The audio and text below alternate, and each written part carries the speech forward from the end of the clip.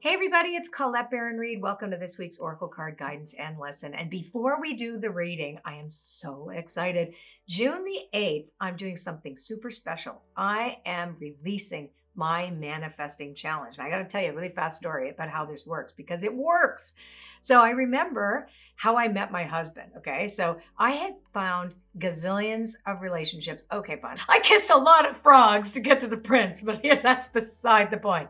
But anyway, so I kept repeating the same relationship over and over and over again. The guys all were different. They looked different.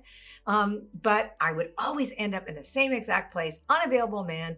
You know, it didn't work out. He wasn't faithful, blah, blah, blah. And I would have this victim story attached to, oh my God, poor me. Look what just happened. Until I one day realized that, oh, wow, what is the common denominator in this story is me. Moi. I am the common denominator. I picked all these different guys. So here's what I did. I decided to apply everything that I know about manifesting to meeting my husband. So I decided, how am I going to feel? I totally knew how I wanted to feel. And I had a list of those feelings. And I decided to practice those feelings every single day. And I did. And then it took a year. I'll be honest. It wasn't like next week I met him. And I have to tell you that there was this man, and he wasn't even my type. He was too pretty. My husband was a model, okay? Like, he was gorgeous, and he was blonde, and I was one dark, swarthy guys, and I'm like, that's not right. But you want to know what? I have the best marriage. I'm with him 17 years now. He's the perfect man for me. Is everything that I wanted, including, well, I'm not going to tell you the including part just because it's so private.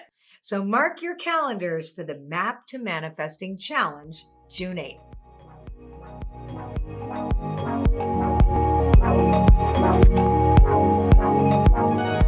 Now, let's do the reading. Now, if you're new to this kind of reading, what I do every single week is I do a reading for the overarching theme for the week that affects everybody here that watches this video.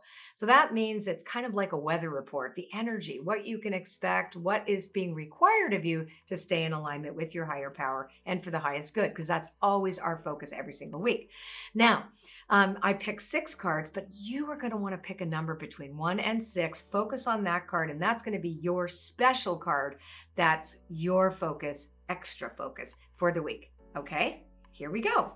I'm using the Enchanted Map Oracle. Why not? Since we're talking about a map to manifesting.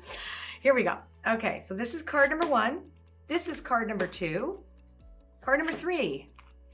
Card number 4. Card number 5. And card number 6. Here we go.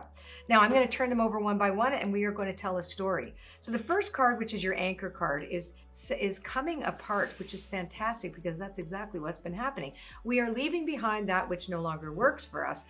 And we're actually kind of, you know, when you're looking in your house, you're going, I want to get rid of that, and this isn't for me. And, you know, wow, that old thinking, I'm not going to do that again. So the coming apart card relates to us having to leave things behind that were familiar to us in order to embrace something better and something new. The second card tells us more about that. So education is in the protection position, which means it's upside down, which means that we have lessons to learn.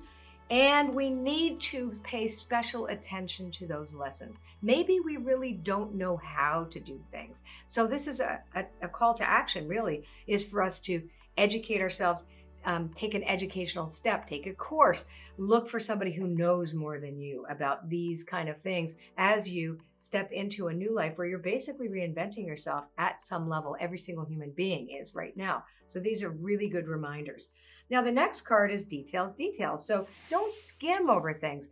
This has been a phenomenal time, and this week is going to be really important for you. Not to do like the big picture stuff.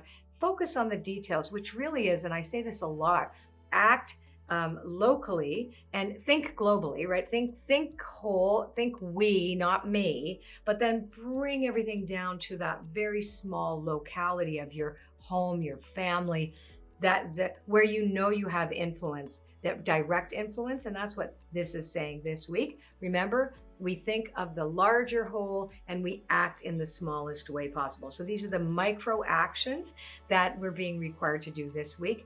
And it's beautiful because this is all about that renewal. It's all about, wow, okay. You know, when you go out and prune a tree, I've been doing a lot of pruning. My husband bought me some very nice pruning shears. So I'm out there, snip, snip, snip. And that's exactly what we're required to do, is prune our trees. It's time for a puppy break. Hello, Bizou. Mwah. You give kisses to Mama and give kisses to everybody on the camera. I know Daddy woke you up to bring you in here. Hello, everybody. It is time for a puppy break. I'm so excited. Listen, I want you to subscribe to my channel. And if you sign up or you click the little bell beside when you subscribe, there should be a little bell that comes up. You click on the bell. I finally got that one right. And that means that you're going to get an email with every time I upload one of these videos. And there's usually a couple a week, this one and then the Astro Oracle. So check it out. You'll get to see puppies every week too, because I'm bribing you with the dogs. Now let's get back to this. Here we go. Card number 4 is Moonlight in Protection. So when Moonlight is in protection, it says you may not trust your intuition. You might be being bombarded by information you can't tell whether it's true or not. So you've got to trust your body, and that means you need to step back a bit and allow your own quality of discernment to speak through you. So you kind of need to not allow yourself to be bombarded by too much information this week so that you can really get to the truth of your own body, of what you know is true for you. So trust your intuition extra this week and distance yourself from situations where you may be unclear. So you've got to wait a bit. So it's like, take a breather, take a breather.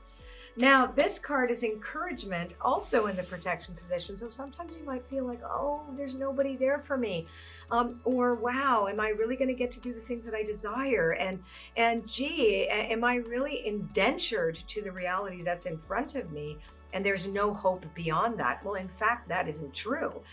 We are in a co-creative partnership with the universe.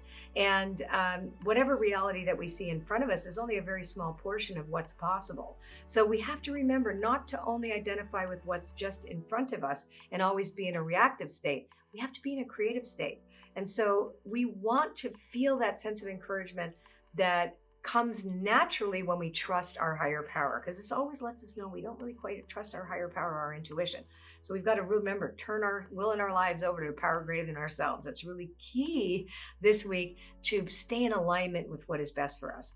And last but not least, beautiful. So it's a little dicey. There's a little bit of mulch going on this week. I always say a lot of shit makes good manure to help fertilize that garden.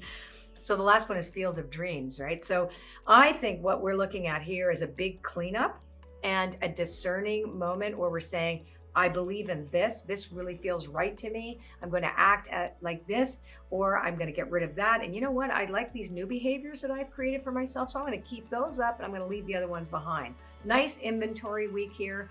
And an opportunity for us to remember what are we planting in our field of dreams?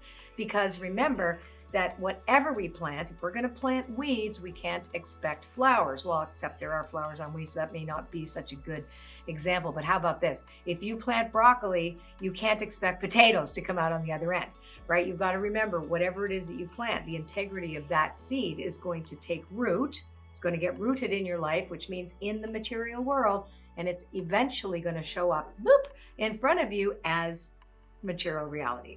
That is, remember, we have to keep that relationship and that negotiation that we really do with the outer world. Keep that in the back of your mind this week. Clean house. That's basically what I'm going to do. I'm looking at this going like, ooh, I'm going to do another spring cleaning. Also of my behaviors, my thinking, and my actions. There you go. What a perfect way to segue back into telling you and reminding you about June 8th, my Map to Manifesting Challenge. And guess what? It comes with a swag box. You get a box delivered to your house with a crystal in it, a journal, a cool t-shirt, meditation mask, something you stick on your door to make sure nobody bothers you when you want to be meditating and doing the exercises and stuff. It's so cool. Anyway, June 8th, put in your calendar, and what a week to think about this week. Clean up, clean house, and prepare to learn something. See you next week.